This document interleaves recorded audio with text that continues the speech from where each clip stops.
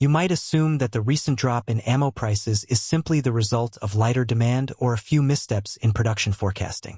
But what's really going on behind the scenes tells a much deeper story, one that involves undisclosed military contracts, cutting-edge developments in smart ammunition, and a deliberate push to unload stockpiles onto the civilian market.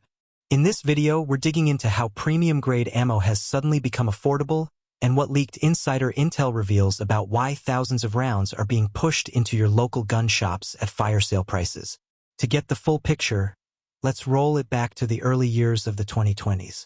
It was a perfect storm: political tension, a global pandemic, widespread civil unrest, you name it. Americans from coast to coast were buying firearms and ammunition like it was going out of style. Range bags were stuffed, shelves were stripped bare, and some folks spent more time searching for 9mm online than actually pulling the trigger at the range. Ammo prices went through the roof. In response, big names like Federal, Winchester, and Remington cranked up production like never before.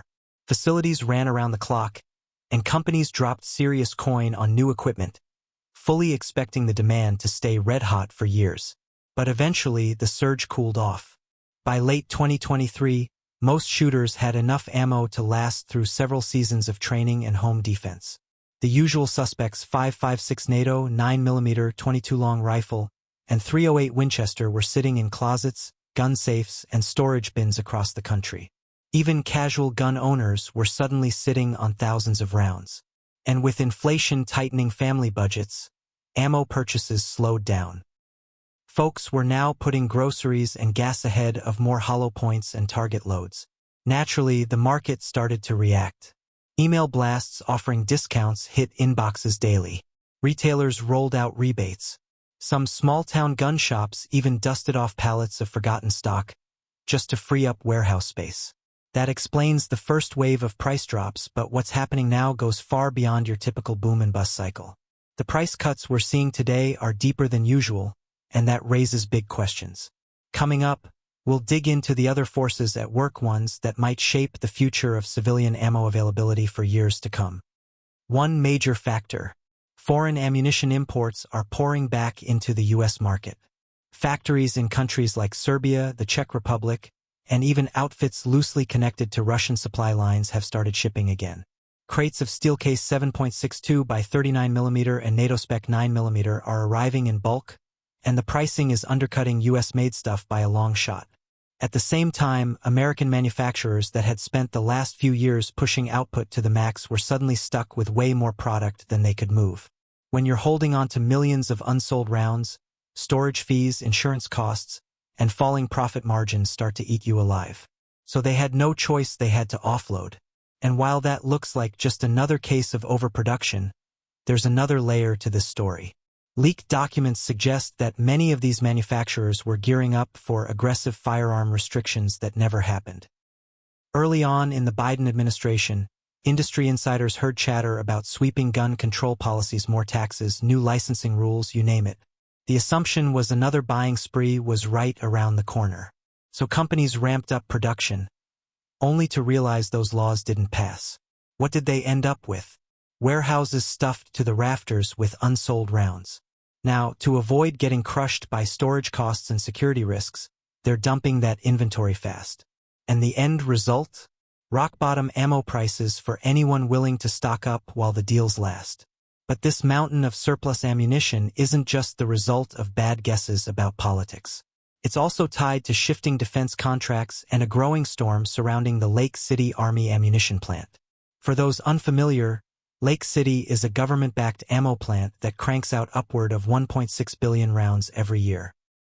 When it has extra inventory, that ammunition often ends up in the civilian market, a move long appreciated by gun owners across the country. That all changed in January of 2024, when a coalition of 20 state attorneys general, spearheaded by New York's Letitia James, petitioned the White House to take a hard look at Lake City's distribution practices. Their formal request, sent to the Office of Gun Violence Prevention, demanded an investigation into the plant operated by a private contractor but overseen by the United States Army. Lake City produces a huge volume of ammunition each year, including rounds commonly used in AR pattern rifles, like .223 Remington and .556 NATO. Reports allege that Lake City has sold large quantities of these rounds to the civilian sector. The coalition argues that this government-subsidized ammo has been tied to multiple high-profile shootings in places like Buffalo, Parkland, Pittsburgh, and Uvalde. In one case, the Buffalo shooter was even quoted praising Lake City's rounds for their barrier-penetrating performance.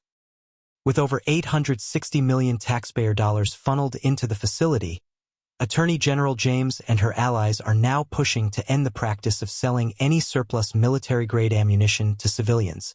They want future defense contracts to include strict clauses banning such sales and are calling for a full public report along with permanent reforms to limit public access to what they describe as combat-grade ammunition. This campaign has gained serious traction in anti-gun states like California, Illinois, and Michigan. And even though Brandon Herrera is no longer sitting in the Oval Office, the momentum behind these efforts hasn't faded. If federal officials decide to pull the plug on Lake City's surplus ammo sales, the entire availability pipeline could be thrown off balance and not in a good way for civilian shooters. For companies, whether they're massive defense contractors or small to medium ammo brands that depend on that Lake City overflow, the uncertainty around future contracts is already a big red flag. With the looming threat of contract cancellations or federal restrictions, these businesses have a strong reason to liquidate their inventories fast. Many would rather cut their losses now than wait around and get burned later. That's a huge reason we're seeing bargain bin prices on popular calibers like .223 Remington, .556 NATO, and even .22 long rifle. Fear of upcoming regulation is fueling a wave of preemptive sales. And that leads us to a bigger question. If this push results in tighter control over military surplus ammo, is it a constitutional issue or just more political chess? Let me know where you stand in the comments below. Of course, federal pressure isn't the only force bringing prices down. The ammunition industry is also undergoing a major transformation, moving toward next-generation munitions. A recent global arms market study shows manufacturers are investing big in smart rounds projectiles with embedded artificial intelligence and connected technologies. These cutting-edge cartridges are being developed for surgical precision, specialized battlefield applications, and advanced targeting systems. As military demand pivots toward high-tech gear, interest in mass-produced full metal jacket ball ammo has started to wane. That means manufacturers holding large quantities of standard cartridges like your basic .556, .762 by 39mm, or .308 Winchester are trying to offload them. With military contracts shifting focus, these traditional rounds are being dumped into the civilian space at reduced cost. There's also a growing push for so-called green ammunition. Environmental concerns are motivating lawmakers and manufacturers to start phasing out lead-based bullets. That might sound like progress, but it comes with new challenges. We're likely to see legislation targeting lead core projectiles and possibly new disposal or recycling fees tied to legacy stock. So if you're a producer sitting on pallets of traditional lead ammo, you're looking to unload that inventory now before regulations make it expensive or illegal to sell. This combination of pressure from politics, tech advancements, and environmental policy is forcing the ammo industry to slash prices across the board. Add in the rising cost of borrowing, and things get even more complicated. Picture this, a mid-sized ammunition manufacturer that borrowed heavily to expand production during the demand surge. With interest rates climbing, they're suddenly facing higher debt payments, and the last thing they want is millions of dollars tied up in unsold product. In that situation, moving ammunition quickly even at a reduced profit or a slight loss is often smarter than letting it sit in warehouses while storage and insurance bills pile up. Let's not forget storing high volumes of volatile materials isn't cheap. Insurance premiums go up, liability risks increase, and the potential for mishaps or theft puts even more pressure on companies to shrink their on-hand stock. All of this means consumers are now seeing calibers like .308 Winchester and .45 ACP returning to price points we haven't seen since before 2020. So if you've been waiting to restock your ammo cans, this might be your window. But don't assume this market will stay soft forever. One new policy or another political shift, and prices could spike again overnight. Some folks in the industry believe there's more behind these bargain bin prices than simple economics. They suspect this might actually be part of a well-planned strategy. By flooding the shelves with affordable ammunition, Manufacturers keep the shooting community content and in doing so, lower the chances of political pushback when new regulations are proposed. History tells us that when ammo is plentiful and cheap, gun owners tend to relax. The attitude becomes, no reason to worry, there's plenty of 9mm and 5.56 on hand, and prices are low. But here's the catch.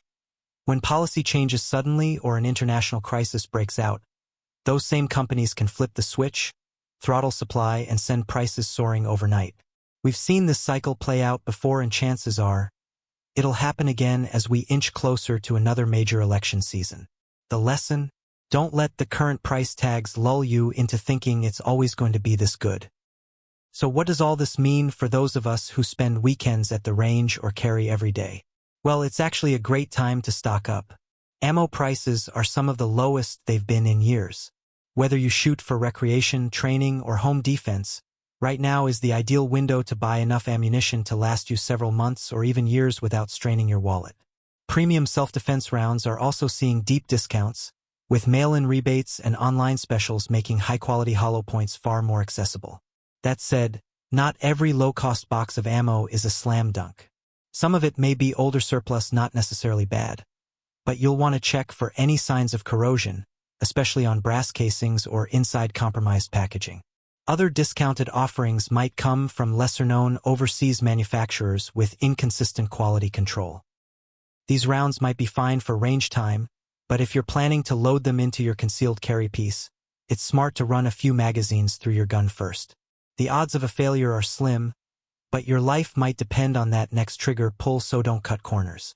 And let's not forget the unpredictable political climate surrounding firearms. One major incident could ignite a national debate and spark new legislation. When that happens, panic buying returns in full force, and before you know it, 9mm is back to $1 a round. If you've been part of the firearms world for a while, you've seen this happen repeatedly. That's why now, during this quiet spell, is the time to prepare. Pay close attention to what happens with Lake City as well. If that flow of military surplus ammo gets cut off, the entire supply chain could feel the shock. Bottom line? These recent ammo price drops didn't just fall out of the sky. They're the result of a tangled web of political pressure, misjudged demand, shifting defense priorities, legal battles, and corporate strategy. Some companies ramped up production out of fear of new restrictions that never came. Others simply overshot how long the 2020 demand spike would last. At the same time, the shift toward smart munitions and environmentally friendly materials is pushing old-school full-metal jacket ammo onto clearance racks to make way for newer tech. With rising interest rates and growing insurance costs for storage, many manufacturers are racing to offload whatever they can, while they still can.